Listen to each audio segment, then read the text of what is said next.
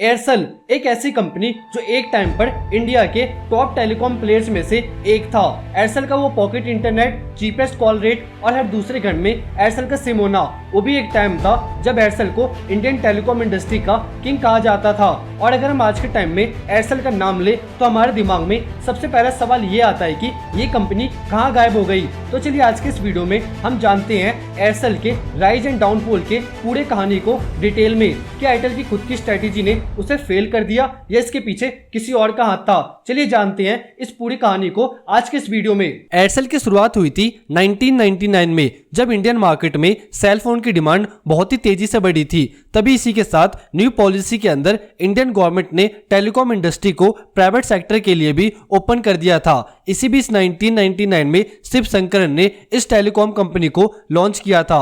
शुरुआत में एयरसेल ने सिर्फ चेन्नई और तमिलनाडु जैसे रीजन्स में अपने ऑपरेशंस को शुरू किया था, लेकिन यहां से एक ऐसी ग्रोथ की स्टोरी शुरू हुई जो अगले कुछ सालों में पूरे इंडिया को सरप्राइज करने वाली थी। एयरसेल ने धीरे धीरे अपने नेटवर्क को एक्सपेंड किया और affordable call rate, data plans, innovative marketing strategies and customer centric approach की वजह से 2005 तक ये ब्रांड तमिलनाडु का नंबर 1 टेलीकॉम ऑपरेटर बन गया। लेकिन असली सक्सेस स्टोरी शुरू होती है साल 2006 में, जब मैक्सिस कम्युनिकेशन, जो कि मलेशिया की एक बड़ी टेलीकॉम कंपनी थी, उसने एयरसेल की सक्सेस को देखते हुए एक बड़ा अमाउंट एयरसेल में इन्वेस्ट किया। उसके बाद एयरसेल का एक्सपेंशन बहुत ही तेजी से बढ़ा और कंपनी ने नई नई सिटी में अपने नेटवर्क को एस्टेब्लिश करना शुरू कर दिया। जहां साल 2008 तक एयरसेल सिर्फ 9 स्टेट को ऑपरेट कर रहा था, वही एयरसेल ने साल 2010 तक पूरे इंडिया में अपने प्रेजेंस को एस्टेब्लिश कर लिया। लेकिन एयरसेल को एक मेजर सक्सेस मिली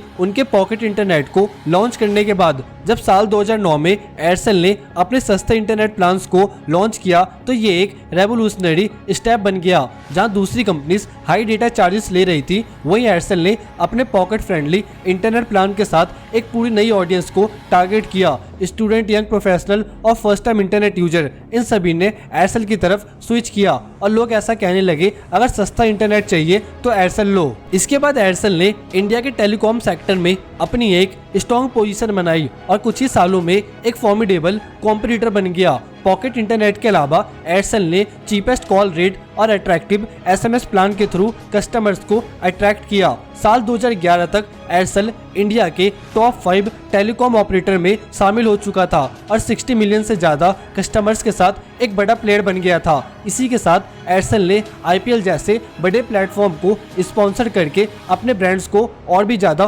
पॉपुलर बना लिया। जो एयरसेल साल 2011 तक हर किसी की जुबान पर थी, वो आने वाले कुछ सालों में अपना मार्केट शेयर और कस्टमर्स दोनों को खो बैठा। तो एयरसेल के साथ ऐसा क्या हुआ कि वो इतने ज्यादा लॉस में चला गया? एयरसेल के डाउनफॉल की शुरुआत हुई थी स्पेक्ट्रम स्कैम से, जो साल 2010 के आसपास इंडिया के सबसे बड़े करप्शन स्कैम में से एक था। सिंपल भाषा में समझे तो गवर्नमेंट ने टेलीकॉम कंपनीज को मोबाइल नेटवर्क के लाइसेंस बांटने में अनफेयर तरीके अपनाए थे। रूल के अकॉर्डिंग इसके लिए ऑक्शन होने थे और जो सबसे ज्यादा बोली लगाता उन कंपनीज को स्पेक्ट्रम लाइसेंस मिलता। बट साल 2009 के इन्वेस्टिगेशन में पता चला इन लाइसेंस के लिए कोई ऑक्शन हुए ही नहीं थे, यानी कि टॉप कंपनीज ने रिश्वत देके स्पेक्ट्रम लाइसेंस लिए थे, जिसकी वजह से कोर्ट ने पूरे 122 कंपनीज के स्पेक्ट्रम लाइसेंस को कैंसिल कर दिया और इन्हीं में से एक था एयरसेल। स्कैंडल के बाद एयरसेल पे लीगल एक्शन और इन्वेस्टिगेशन शुरू हो गया, जिसकी वजह से एयरसेल के पैसे तो डूबे, साथ में उसके हाथ से लाइसेंस भी चला गया, जिसकी वजह से हैवी डेब्ट लेके एयरसेल को दोबारा से ये लाइसेंस लेना पड़ा। इसके साथ ही साल 2012 के बाद इंडियन टेलीकॉम मार्केट में कंपटीशन बहुत ही अग्रेसिव हो गया। एयरटेल, वोडाफोन, आइडिया जैसे बड़े प्लेयर्स के साथ नई कंपनीज भी मार्केट में एंटर होने लगी। स्पेशली साल 2016 में जियो के लॉन्च ने तो पूरे टेलीकॉम सेक्टर को हिला के रख दिया। जियो के फ्री डेटा और कॉल्स ने एयरसेल जैसी मीडियम साइज्ड ऑपरेटर को सबसे ज्यादा इम्पैक्ट किया। जब एयरसेल ने भी इस कंपटीशन का सामना करने के लिए सस्ते प्लान्स और ऑफर देने की कोशिश की,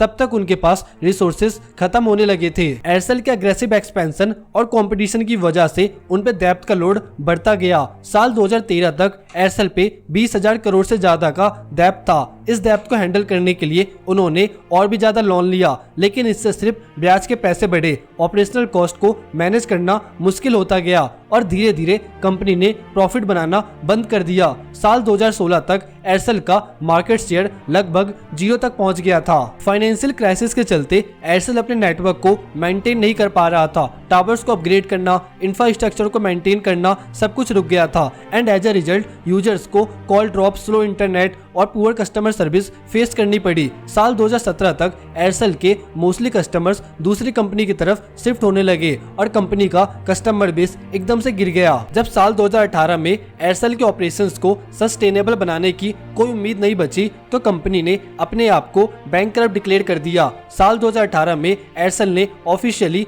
बैंकक्रप्सी के लिए अप्लाई किया और अपने नेटवर्क सर्विस को बंद कर दिया। उनके सारे एम्प्लॉइज को ले ऑफ कर दिया गया और कंपनी के एसेट को डेब्ट सेटल करने के लिए बेचा गया। इसी के साथ एक टाइम पर टॉप टेलीकॉम ऑपरेटर रहने वाली कंपनी का दी एंड हो गया। एयरसेल की कहानी सिर्फ एक कंपनी के राइज एंड डाउनफॉल की कहानी नहीं है, बल्कि हम सभी के लिए लेसन है कि किस तरह से बिना किसी रिसोर्सेज के अग्रेसिव एक्सपेंशन, अपने कॉम्पिटिटर को अंडर एस्टिमेट करना और रूल्स को तोड़ना एक बड़ी कंपनी को ग्राउंड लेवल पे लेके आ गई। बाकी इसके बारे में आप क्या सोचते हो मुझे कमेंट सेक्शन में जरूर बताइएगा। और हम लास्ट टाइम से 5 के व्यू का चैलेंज लेके चल रहे हैं जो अभी तक अचीव नहीं हुआ है एंड मुझे आशा है कि इस वीडियो में आप जरूर मेरी हेल्प करोगे। मिलते हैं कुछ टाइम बाद एक और इंटरेस्टिंग वीडियो के साथ। जब तक के लिए bye and take care and I hope कि जब हम नेक्स्ट टाइम मिले तो इस वीडियो में 5 के व्यू कंप्लीट रहे।